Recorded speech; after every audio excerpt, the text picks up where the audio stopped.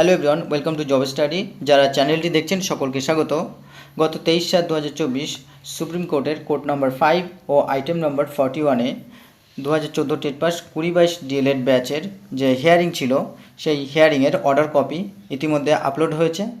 তো এখানে পিটিশনার ছিল সৌমেন পাল অ্যান্ড আদার্স, এবং আরও দুটি ডায়েরি এর সাথে যুক্ত আছে, সুকেন্দু নস্কর ও অরিন্দম মার্জিত, এবং versus Shrabani Nayek and the state of West Bengal. তো এখানে শুনানিতে যারা জাজেস ছিলেন, অর্থাৎ যেহেতু ডিভিশন বেঞ্চে হয়েছিল, ডিভিশন বেঞ্চের জাজেস ছিলেন ঋষিকোষ রয় এবং অনারেবল জাস্টিস অরবিন্দ কুমার। তারা যদিও সামান্য কিছু হিয়ারিং হয়েছিল, সেই সামান্য কিছু হিয়ারিংয়ের ওপরে যে মন্তব্য তারা করেছেন, চলুন দেখে নেওয়া যাক। তারা বলেছেন যে since this bench is an ad hoc bench, যেহেতু এটি একটি অ্যাডহক বেঞ্চ। এখানে অ্যাডহক বেঞ্চ কথাটির অর্থ কী বা অ্যাডহক বেঞ্চ বলতে কী বোঝাতে চাইছেন সেটা একটু পরে বিস্তারিত বলছি। The matters which would require, অর্থাৎ এই বিষয়টি বা এই কেসটির যেটার প্রয়োজন রয়েছে, সাম হিয়ারিং, কিছু হিয়ারিংয়ের প্রয়োজন রয়েছে, can not be taken up, অর্থাৎ এটাকে কিন্তু বা এটাকে সর্বসম্মতভাবে এখান থেকে সিদ্ধান্ত নেওয়া যাবে না। অ্যাজ মেনি আদার ম্যাটার্স আর অ্যাওয়েটিং কনসিডারেশন, যেহেতু এই কেসটির অনেক বিষয়ই বিবেচনার বিষয় রয়েছে। অর্থাৎ যেহেতু হিয়ারিংয়ের তিনি আগে কিছু শোনেননি, তিনি প্রথমবার শুনছেন, তো প্রিভিয়াস অর্ডার অনুযায়ী কিন্তু গতকাল অর্থাৎ 23শে জুলাই এই কেসটির একটি মেরিট লিস্ট বা প্যানেল দেওয়ার কথা ছিল। তো this matters stand deferred by 3 weeks, 3 সপ্তাহ পরে কেসটি কিন্তু আবার উঠতে চলেছে। তো এবার অ্যাডহক বেঞ্চ বলতে কী বোঝাতে চাইছেন চলুন একটু বুঝিয়ে দিই।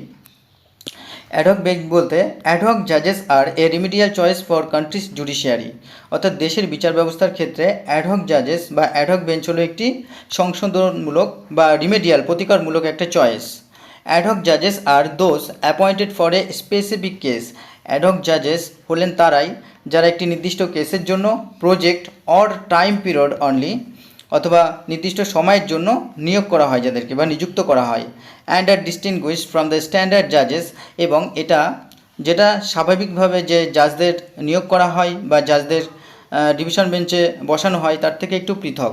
হু are chosen by a conventional process for a specific time, যেটা সাধারণভাবে যে জাজেসদের নিয়োগ করা হয় সেটা থেকে আলাদা, অর্থাৎ চিরাচরিত একটা যে পদ্ধতি সেটা থেকে এটা আলাদা। For many years in India various cases have been pending due to unavailability of জাজেস।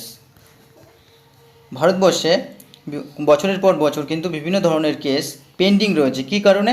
যেটা কিনা জাজদের অভাবে বা তাদের সর্বত্র পাওয়া যায় না, সবসময় পাওয়া যায় না সেই কারণে, অর আদার সার্কমস্টেন্সেস, এবং অন্য অন্য পরিস্থিতির কারণেও।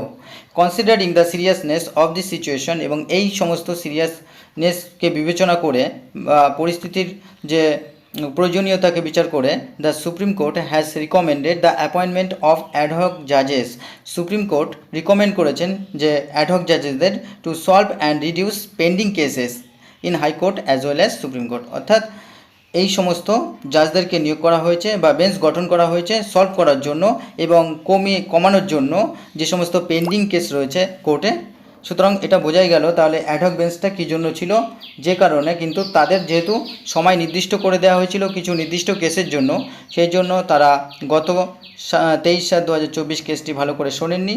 আশা রাখছি এর পরবর্তী হিয়ারিংটা ফলপ্রসূ হবে এবং 20-22 যে ডিএলএড ব্যাচ আছে তারা প্যানেল অর্থাৎ মেরিট লিস্ট হাতে পাবে ও অ্যাপয়েন্টমেন্ট ডেটও পেয়ে যাবে। তো 20-22 সকল সহযোদ্ধাদের বলবো আপনারা এতদিন যেভাবে পাশে আছেন সকলেই সঙ্গে থাকুন।